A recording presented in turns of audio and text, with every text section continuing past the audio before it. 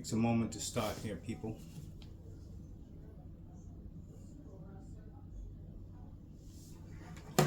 So, in 1871, Ulysses S. Grant signed us back under the crown. All right, we borrowed money from the crown, the very nation that we bought from. So, I'm sure you've all seen a shirt. There was a shirt out there that said, and it was showed us we were signed back under the crown. We borrowed money from the crown in 1871.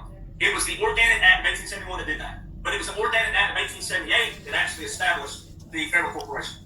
And also during the 1870s, or when the bars were established in this nation. Not the kind of bars some of y'all are thinking about, but some of the bar associations of lawyers. All right.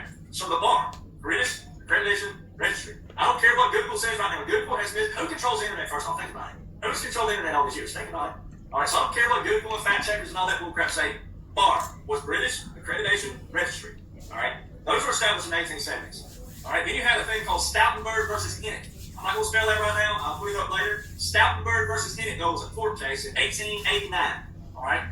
And Stoutenburg versus Hennick, all right, talks about D.C. inside of it being a federal corporation, a foreign territory.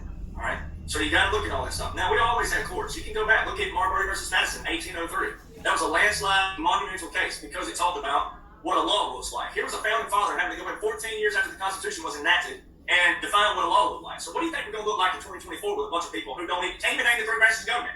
Now, I don't know what the statistics are, and I'm pretty sure 1776 Nation has heard me say that so much, they're tired of hearing about it, so they went and learned the three branches. But 68 to 75% of Americans can't even say judicial, legislative, and executive. They can't even say those words. Pretty sad. On March 16th, he's in Ohio. He goes, in my first term, he tells every one of you. All right? In my first term, and then he says something about in the second term. He tells every one of you. A term, ladies and gentlemen, means his first presidency, and he was saying it as I'm standing in my second presidency. But it's a slightly different. All right, first off, he's not real. If you're still thinking Joe Biden is real at this point, I know a few ophthalmologists, I know a few eye doctors all over. I know some people that you need to see. I know some people that can scan your brain so you can go get your CAT scan and see what kind of cat you're working with and just see, because you ain't. If you can't tell that Joe Biden is not the same Joe Biden as a senator and vice president, you are in trouble. L-O-T-R-O-U-B-L-E. Y'all are in T-R-O-U-B-L-E. You're in trouble at this point. All right, so I'm going to go over. I watched the PBS version, so if you want to go back and watch the PBS version, I do have some timestamps of which he said what he said. But he mentioned democracy a lot of times. A lot of you will hear Donald Trump say democracy. When he says democracy, ladies, where my ladies at? When he says democracy, he uses it in a reverse psychology. He said democracy is being destroyed. Of course it's being destroyed. We want democracy to be destroyed because that's a federal corporation. We, the United States, is a constitutional republic. Get that through your freaking skulls. All right? At minute 34 in the PBS, he mentioned about fair elections. I know that Joe Biden ain't talking about fair elections. All right? And especially with Executive Order 13848, which I'll bring up shortly again in a minute. All right? I'm just naming all the bullet points here. Political violence has zero place in U.S. history. Political violence? Joe Biden talking about political violence? History is watching.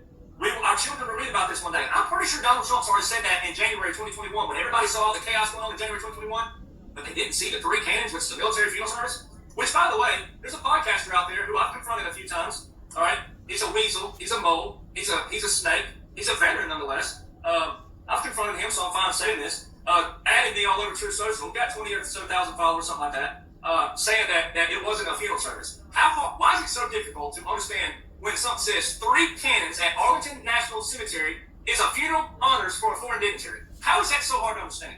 All right. So Donald Trump's already said all that. And how did people not see that, but they saw the chaos? Because they wanted you to see the chaos, which proves my point.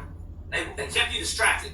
They had to have a quote-unquote inauguration on the 20th because they would have had people show up to January 20th in D.C. in person. So they had to show something to the people. Ukraine. Ukraine operation is, once again, we, the bad people, not us, the bad people, but we, the United States, were funding all the biochemical labs in Ukraine. That's already been under oath by Victoria Nuland, who just retired recently, quote unquote. They put every single person on Obama under the body. Love it. All right. Talking about threats to. That's it, folks. That's the way it is.